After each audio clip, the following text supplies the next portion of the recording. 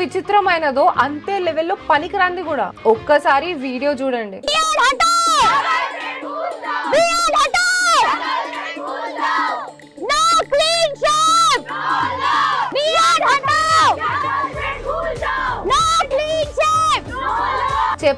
నేను చెప్తా కదా ఇదేంటో. కాలేజ్ ఎగ్గొట్టి రోడ్ల మీద తిరుగుతున్న ఈ 30 అమ్మాయిల బాధ ఏంటంటే అబ్బాయిలు గెడ్డం పెంచుకోవడం.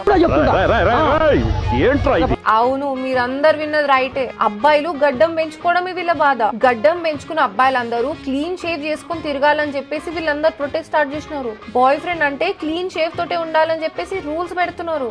ఏం మాట్లాడుతున్నావురా? చెప్తున్నా కదా, ఇట్లాంటి వాళ్ళందరికీ అమ్మ ఒడి బొక్క, చదువు బొక్క, కాలేజ్ లో సీట్ బొక్క. అబ్బాయిలు గడ్డం పెంచుకోవాలన్నా లేదా అని చెప్పి కూడా వీళ్ళే చెప్తారా? మళ్ళీ ఇదే గ్యాంగ్ నుంచి సగం మంది కాలేజ్ నుంచి బయటికి వచ్చి ఫెమినిస్ట్ అయిపోతారు. It's her choice.